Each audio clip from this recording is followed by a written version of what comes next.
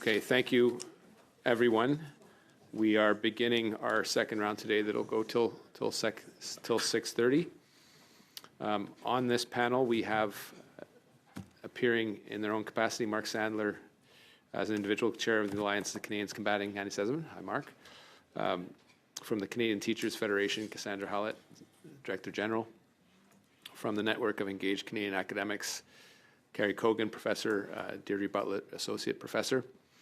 And from the Raoul Wallenberg Center for Human Rights, Brandon Silver, Director of Policy and Projects.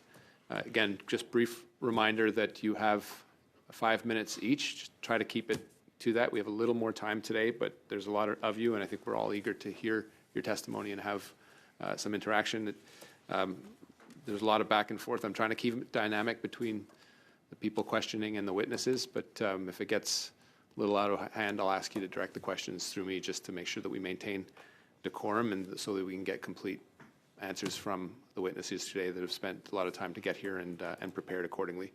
Thank you, Mr. Silver. Honorable député, merci de me donner l'occasion de m'adresser au comité. Cette étude sur la loi visant à lutter contre la haine est très pertinente en ce moment où l'on traverse une véritable crise de la haine. Hate crimes have more than doubled here over the past 5 years, with nearly 20,000 incidents reported by police. Most of these crimes target Canadians based on their race, religion, or sexual orientation. This rapid rise is underpinned by what feels like a culture of impunity surrounding incitement to hate. History has taught us that the most unspeakable of crimes begin with incitement. The Holocaust did not begin with gas chambers, it began with words. The stereotyping and dehumanization of Jews, in the same way that the killing fields of the genocide against the Tutsi in Rwanda started with radio propaganda calling them cockroaches. The Supreme Court of Canada enshrined this principle in law, affirming that Léon Mugesera, who was then living in Quebec, was responsible for participating in the genocide against the Tutsis due to his hateful speech and should be deported, even if he hadn't been in Rwanda when the killings themselves occurred. In the hate speech trilogy of Supreme Court cases in 1990, Keekstra, Taylor, and Andrews, the court affirmed the constitutionality of restrictions on hate speech. This was further enshrined and refined by courts in the subsequent decades, always holding that hate speech can be proscribed in compliance with the Canadian Charter of Rights and Freedoms. Not only are hate speech prohibitions not in breach of the Charter, they actually help protect it.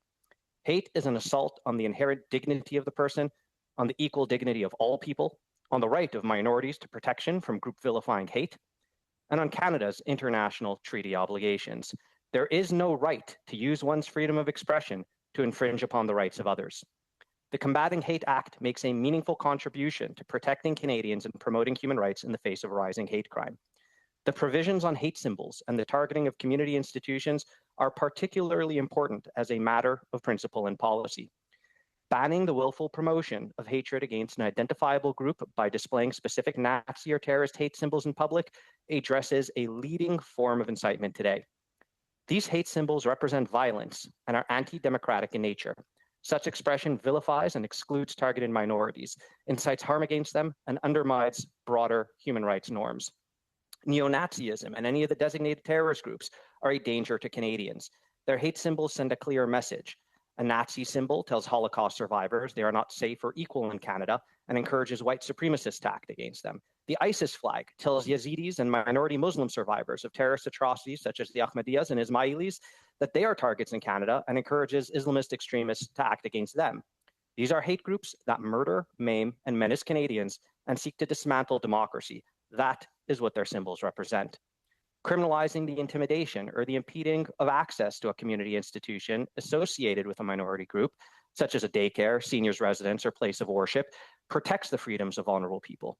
No Canadian, whether a Jewish toddler being dropped off at daycare, a Muslim going to mosque, or an LGBTQ plus person attending an event at their community center, should face hateful harassment and obstruction in their neighborhoods.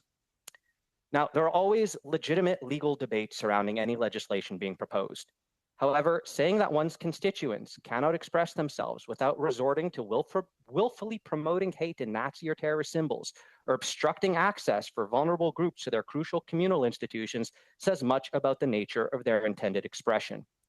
These elements of Bill C-9 are a necessary, and narrowly tailored response to a massive rise in hate crimes, and a reaffirmation of principles that Canadian courts have already upheld for decades.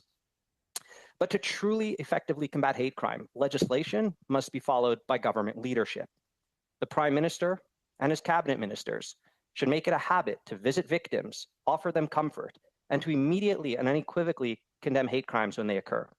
As well, the government should mobilize federal, provincial, and municipal law enforcement and leaders to move together in common cause. For example, the government can convene the federal, provincial, territorial meeting of ministers of justice and public safety for a special meeting on combating hate crimes and create an FPT working group that meets regularly to enhance cooperation and effective enforcement in that regard. Les aspects de loi C9 qui traitent de la propagande haineuse et de l'accès aux lieux religieux et culturels sont particulièrement nécessaires. Cependant, le gouvernement doit faire preuve de leadership au-delà de ces mesures. Merci beaucoup.